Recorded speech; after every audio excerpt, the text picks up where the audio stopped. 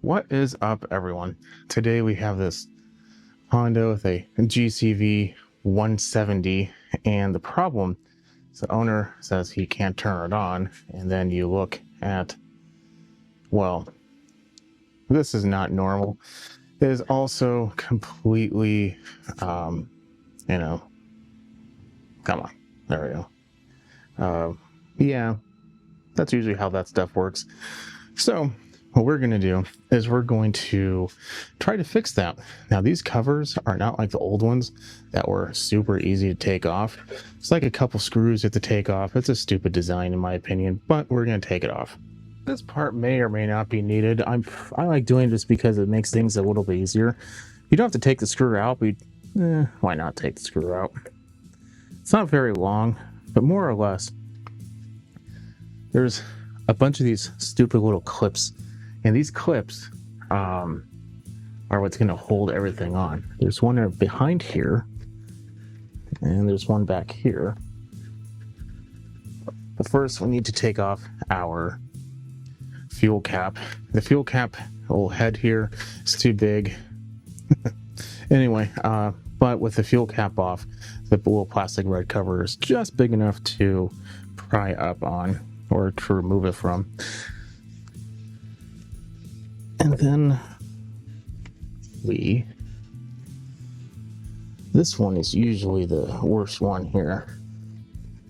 Sometimes once you push it in, you just kind of lift on it.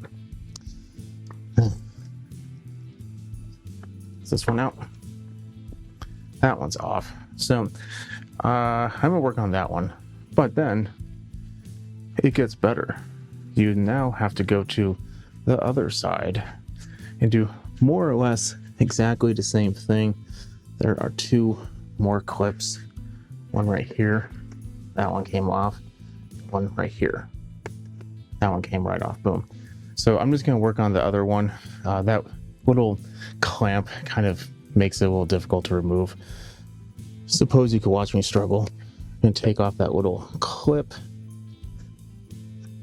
There we go. And you could probably even see the clamp. Let's zoom in right there. So, like I said, that little clamp kind of really makes it difficult. Yeah, see, with the gun, it came right off. And voila. So, unlike the old ones where you just had to, let's do that. Don't want dirt to get in there. Unlike the old ones where you just had to take off the 310 millimeters. Yeah. Now, I'm assuming they did that for two reasons. One, clamps are cheaper. Actually, for three reasons. Two, if you break one, you have to buy a new part. And three, if you ever taken it off and then all of a sudden you put it on and then you need to take the 10 millimeters back off again, they had a really bad tendency of like pulling up the studs. So I guess it's kind of good for that point. Now that's done, take our 10s off. These are no longer studs, they're actually just these. So I guess that's kind of good. Granted, taking this whole shroud off is arguably a little bit more difficult, but luckily we don't have to do that. So what we need to do is get some line. Now the line I'm going to be using is 3 millimeter line. At least that's what this says. If it's too thick, it won't actually go through, or if it's too thick, you're not gonna have enough. It's gonna bind up in here. So if you just type in lawnmower line, I'm sure it'll be completely fine. You might even be able just to get the handle and the line in a kit. So let's talk about length. There is a exact measurement of what it should be. Each mower is a little bit different, but this is what I like to do. I'm 6'3". I take it to my toe, hold it, take it to my head, and then once I'm done with that, I then extend my arms up pretty much all the way. So I have roughly 7.5 feet of line. That should be in the ballpark of being next to perfect for almost any mower. Now, if you have a version, I don't think you would with this engine, but maybe there is one, where you have a clutch and the line doesn't go up on the handle, then yeah, you're going to want to maybe shorten that. But as long as your pull cord goes to your handle, what you need to do is you need to have enough for the difference in between where the pull cord and the handle go up on the bar, and will meet to the actual recoil. Take our plane, very quickly go like that, both ends. If you're super weird about the color of your line, then you probably want to clean your hands off. I use propane, you can use whatever will get it warm. Okay, so now that we have that done, we are going to need our handle. Now, handle, I'm just going to snip it off because it doesn't really matter anymore. You take our handle, which this has been completely... I swear, this is not that difficult. This is why I'm making this video. Oh my god. What is going on with this thing?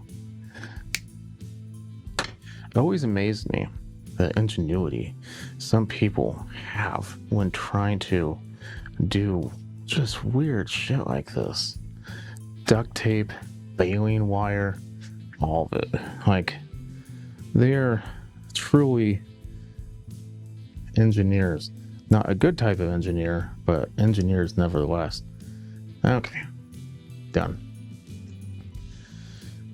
Now, the nut I like to do is this. There's a name for it. Someone's told me like 5 times in the comments. I don't remember it, but basically I do this.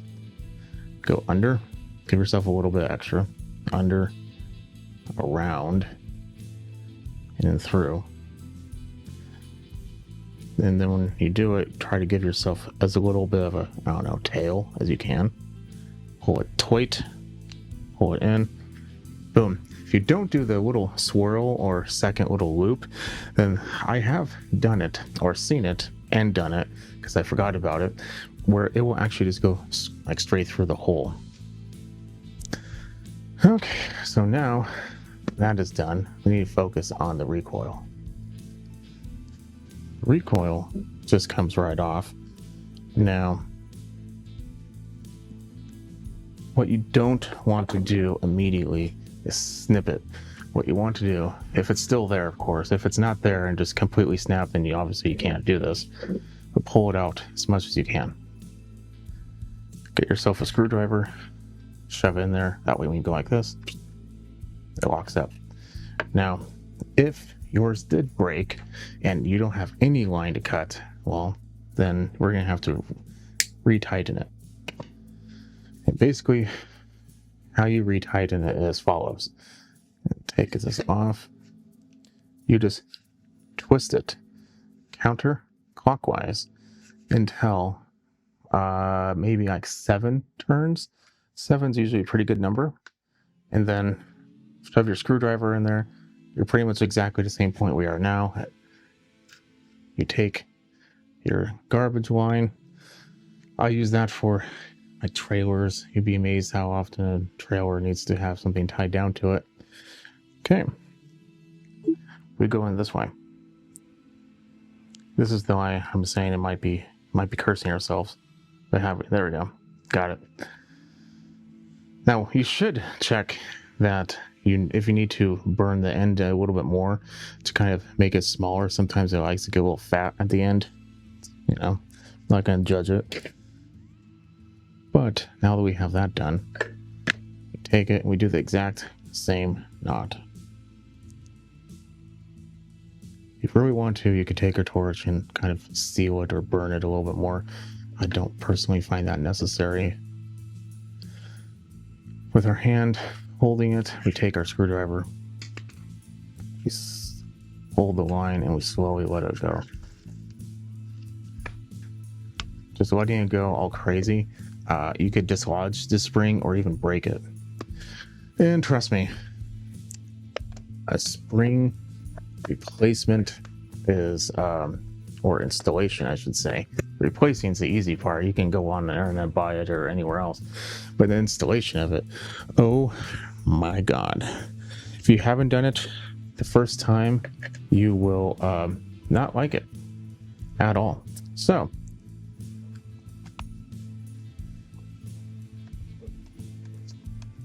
let's go ahead and put these 10 millimeters on.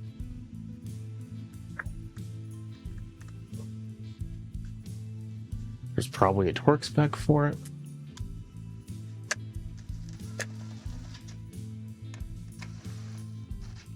My torque spec is Gucci tight.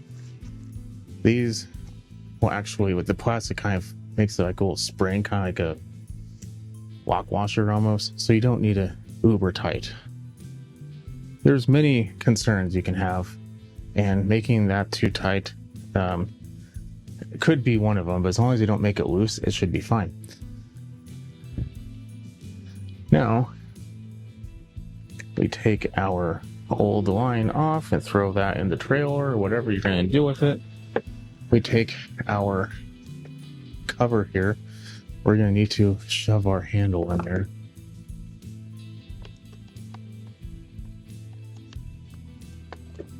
So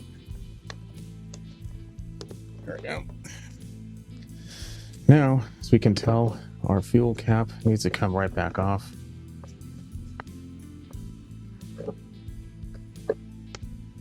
We are, with our fuel cap off, we need to be very careful. But what we are doing right now is we are making sure both of these clips are not like this, or even worse, one is like that and one is like this, and you just go all hog wild to start hammering it down. Don't do that. We're going to do that to both sides. Once we know both sides are in their appropriate little channels, we then take our hands and we press it down. Press in all the 4 little locations to make sure we're set. This clip has threads on the one side, nothing on the other side.